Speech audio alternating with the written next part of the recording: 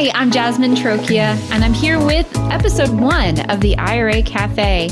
And today I'm joined with my friend and colleague, Kyle Moody, our business development manager here at American IRA. Hello, Kyle. Welcome. I'm so glad you're here. Hi, Jasmine. Always a pleasure.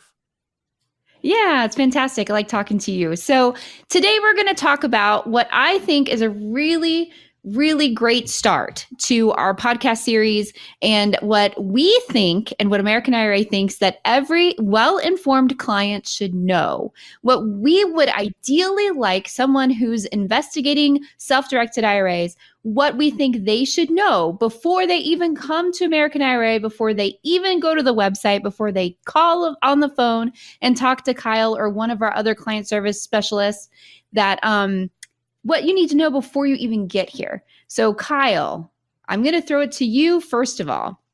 Okay. What are some of the things that you wish a client would know coming to you before they even talk to you on the phone? Yeah, it's a great question. And after almost 8 years on the phone, hundreds of calls a week, thousands throughout the years, I've actually been able to put together a list, and it actually doesn't take that long to put it together, and it depends on how long you want to discuss them. I would say that probably the number one thing that someone wants to know is that a self-directed IRA is not for everyone. So it really depends on what your investment objectives are, whether you're comfortable in the stock market, whether you want to make the leap to do if you want to diversify your portfolio to get into self-direction. And then once you get into self-direction, do you already know what it is you're looking to invest in? No, wait, hold on. Let me stop you there for really quick, because I think that's got to be in Salesperson 101, the classes you take to do business development. Did you just say that self-directed IRAs are not for everyone? So Who are they for? So, it really is one of these things where it's kind of a breakdown. So if someone just says, hey, all I'm looking to do is I want to take some funds and I want to be able to put those into certain index funds or anything that might point to the public investment. Well, more than likely, our clients are coming from those types of more traditional type houses. So our clients are looking for the ability to use their retirement funds to invest in real estate. There's multifaceted points to real estate. So it could be a piece of rental property. It could be just a vacant land that they want to use their account to build a house on.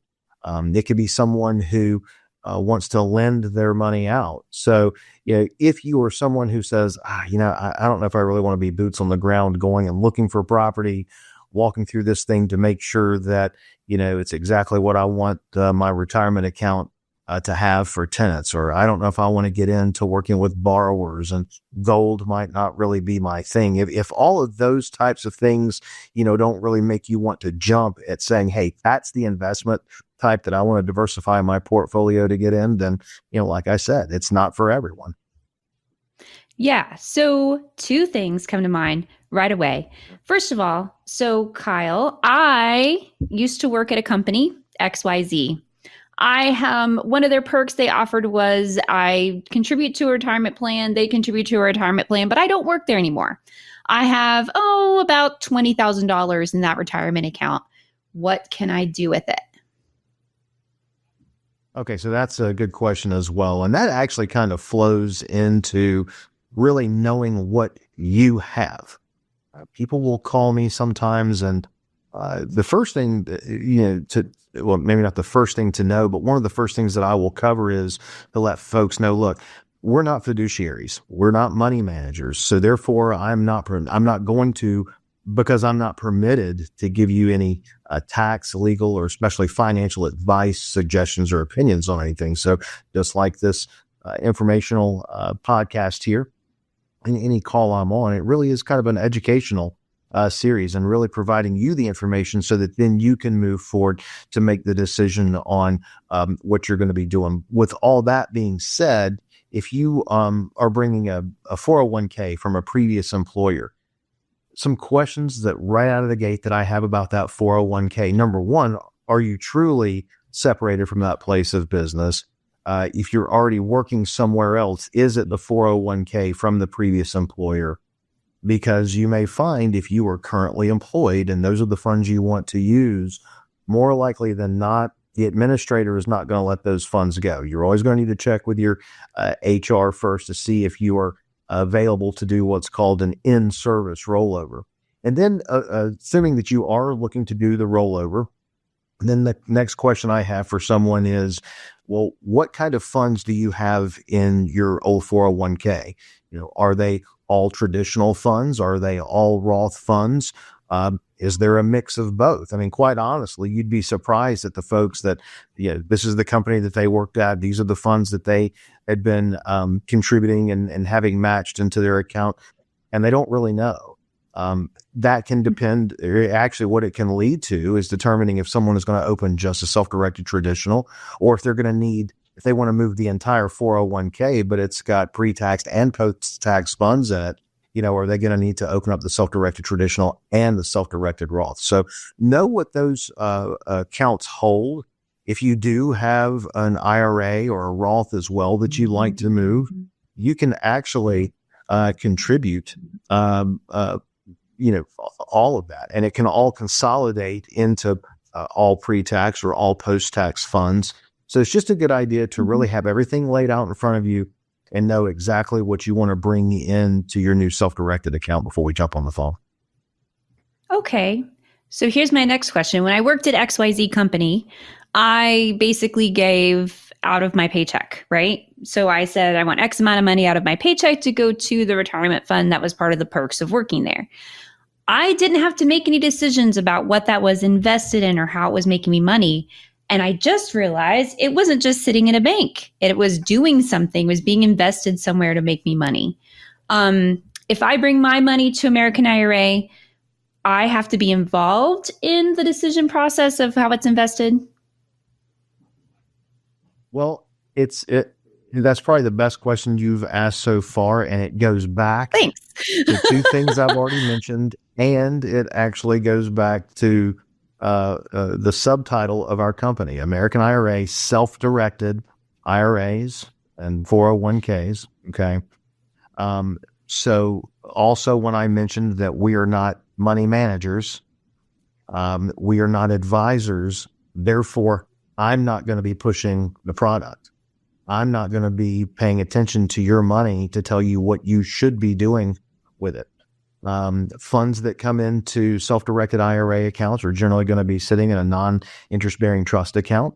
So your money is not going to be growing unless you're working it. Now, a little side off from that is to say, if the market is ever getting a little wonky and you see it just, up and down, we will get phone calls. Oh my gosh, look what the market lost today. Well, just think about it. Your account may not be growing if you're not working it in a self-directed account, but it's not losing anything either at that point. So that's the other side to look at it. Those are more, and that also goes back to one of the very first things that I said, that if it's not for everyone, this is not a set it and forget it. Okay. It's not the 80s rotisserie commercial. This is going to be something where you are going to have to find the product that you want to invest in. You're going to be directing us where to send those funds that you want to invest in. It's not just handing us your money and telling us what to do with it. Self-direction doesn't work that way. Right. So here is my third question. Next question. What is the difference between a traditional and a Roth? How do I know what kind of funds? I just gave them money out of my paycheck. I'm not really sure what kind of funds it is to tell you what kind of account I need. Well, your paperwork is going to show you that more than likely. You're going to see something that's going to say just IRA. It may not say traditional, but if they're going to be Roth funds, then more times than not, you'll see where it says Roth. The biggest difference on the two is that traditional funds went into those traditional contributions. You put those into an account before the taxes were ever paid. If they're Roth contribution funds, it means that the taxes were paid before they went into the account. Now, that's on the front end, okay? What that looks like on the back end, or it may be in the middle part of it, is that if you're doing an investment, a self-directed investment with traditional or Roth funds, you may not find taxation on either one of those as they are, say, income producing throughout the year, right? Because everything stays within the vacuum of the retirement account.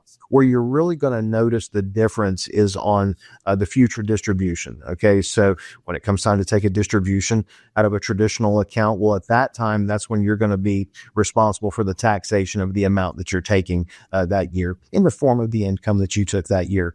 Whereas any of the funds that you're taking out from the Roth, be that the principal, and then, of course, any profit that you're taking out, it's not going to be taxed ever because the taxation was taken care of when you put the money into the account.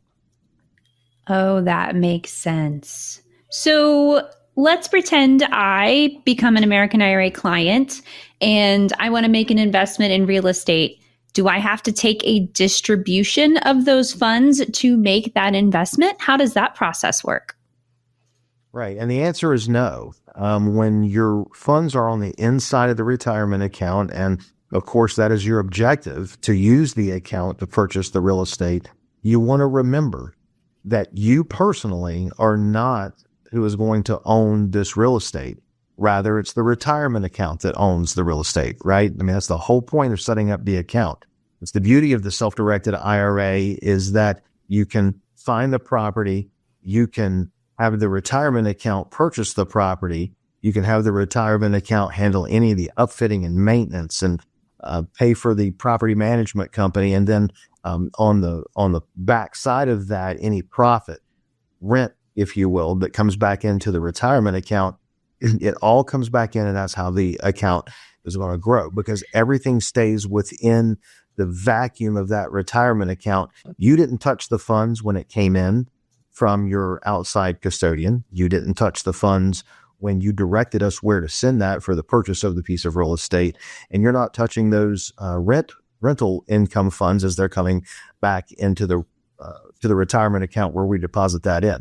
The fact that you don't touch anything in any direction is what keeps it from being a taxable event to you. So we've just talked about some very basic starter, I would call that self-directed 101 stuff.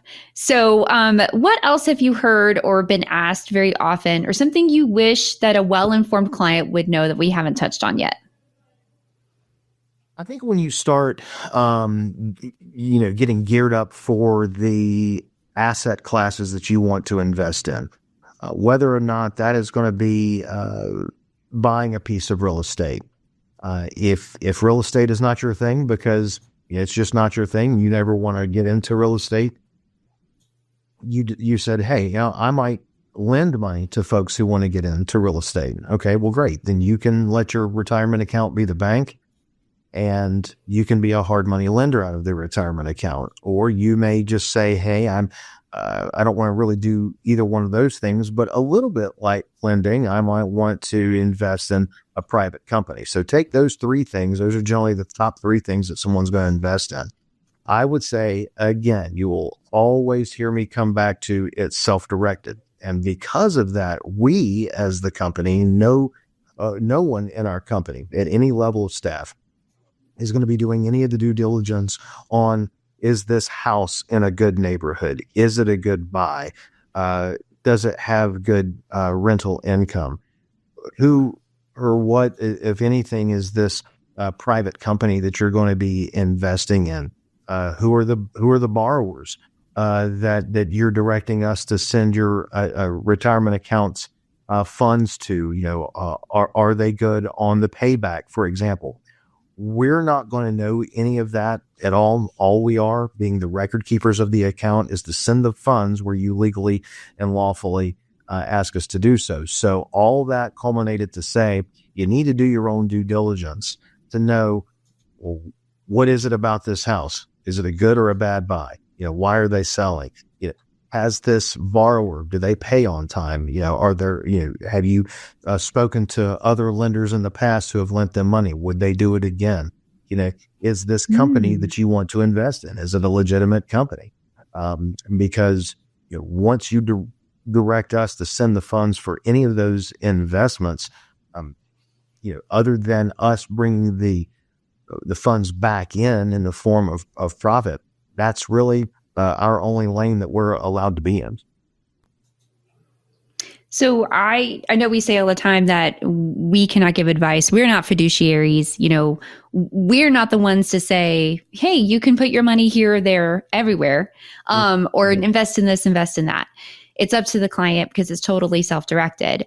So, but I would say, and I think you would agree with me, Kyle, that the one piece of advice that we can give is to have an army behind you. Have a CPA or an advisor or an attorney or all three. Have a mentor who is already making these kinds of investments who can give you advice, because you're going to need help along the way. This is self-directed, but generally speaking, you can't do this alone. That's correct. I mean, it's always good to have, even if you're a person who doesn't even know what a retirement account is, but if you're a homeowner, chances are, if anybody is ever looking for a plumber or an electrician or just a great handyman, chances are you've got those answers. And if you don't, and you're the one who's in need of something, you can reach out and say, hey, who's got somebody somewhere always has a professional who it's in their realm to assist with something, answer questions, take a look at something if you have a question about it, right? Same thing. When it comes to your retirement account, I'm going to tackle a couple of things here really quick. You know me, Jasmine. I just don't give yes or no answers. If somebody asks me a question, they better fasten their seatbelt or have a few minutes or a cookie and a snack. And that's this. I always tell folks, make sure that you keep your investments as clean and streamlined as possible. Okay. These are, you want to get into the stock market, play with some stocks. I mean, what do they say? Yeah. Never risk more than you're willing to lose. And that's what you always kind of hear about the stock market. Well, a little bit on the same lines of using a self-directed account, keep something easy, because it can be, okay? If you want to get creative, then make sure that you are going to have the people really in the wings there that can explain to you what contracts look like. And I mean, I'm not talking about our contracts, because we really don't have any other than the agreements and things like that, the applications and the paperwork that you will use to move forward with your investment. But if there's an attorney that you trust, well, and that's great that you trust them, but make sure it's an attorney who also understands the nuances and inner workings of a self-directed retirement account. Make sure that if your CPA is going to be right there to take your call if you need them, make sure that they understand the nuances of self-direction. All too often when I'm speaking to folks, they'll say, well, I might need to get another CPA because they don't really know anything about self-direction. And then that does give pause to a potential client because, they may ask, well, why does my CPA, my tax professional, not know about self-direction? And I just tell them, hey, by the way, not all of them do. There are so many tax professionals out there that they also know what their niche is. They also know what lane they just want to stay in, whether it's going to be your CPA for end of the year taxation. But if you have, true forensic, CPAs or folks, there are a lot of them out there who understand the ins and outs and the ups and downs of self-directed retirement accounts. And it's good to maybe have a second tax professional who can answer those questions for you. It all goes back to what I said at the beginning about keeping it clean, having your professionals, because these are, even though the asset doesn't truly belong to you and it belongs to your retirement account, you worked very hard for the dollars over the years that were used to secure that asset.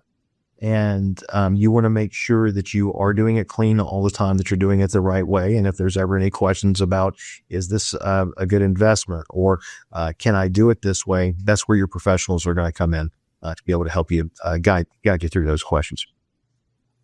Now, I know you don't answer anything quickly, but I would like to talk a little bit about how you get started. So let's pretend I'm bringing my retirement account funds from XYZ company over to American IRA and I want to get started. What does that process look like? What do I need to bring to the table?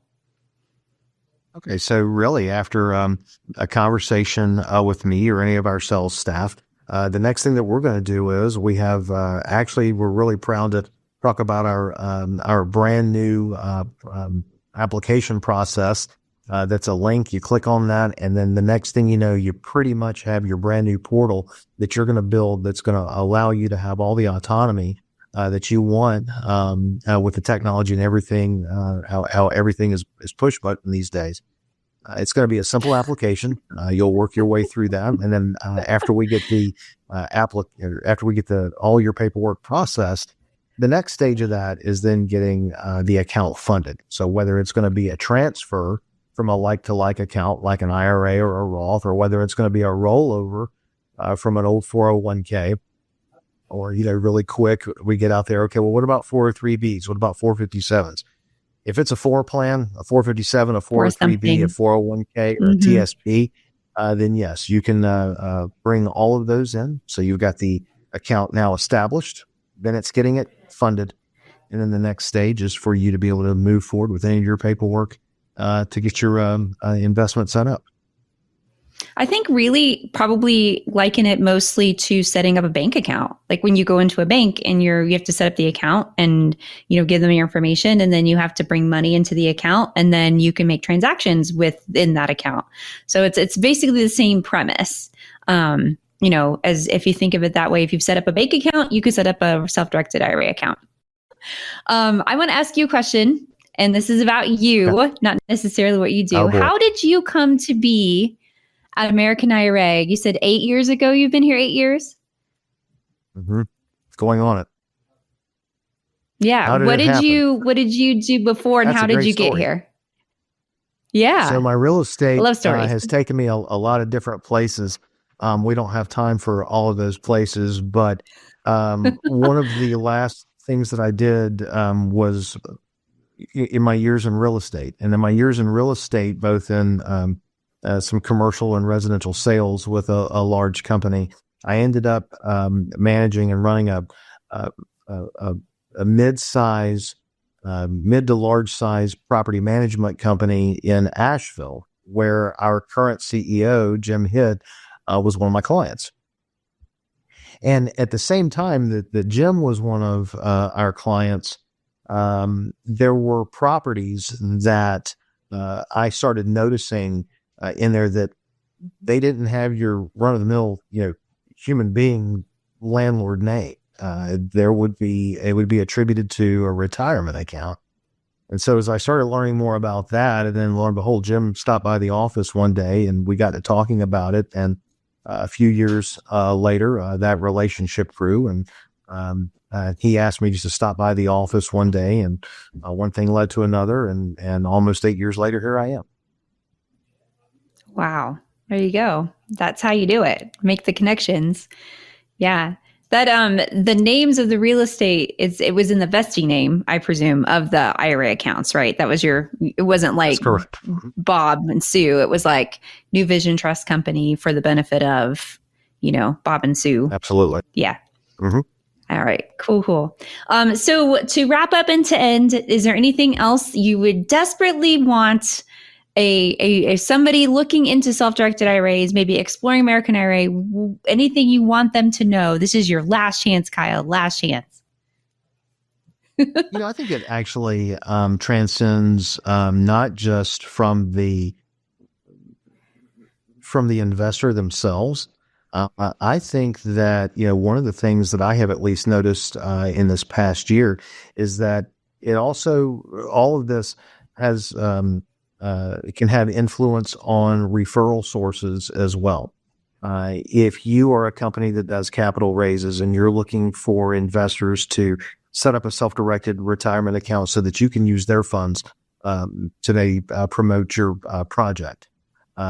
If you are a developer that is looking for funds for your next subdivision, whatever your main focus is, if you are wanting to send clients our way, number one, we greatly appreciate that. But kind of how we ask the clients to qualify themselves, it's a good idea for the referral source to qualify them as well. It's okay to ask them, hey, what type of retirement accounts do you have? Are you going to be able to diversify out of an old 401k? Do you have, IRAs that you want to diversify out of?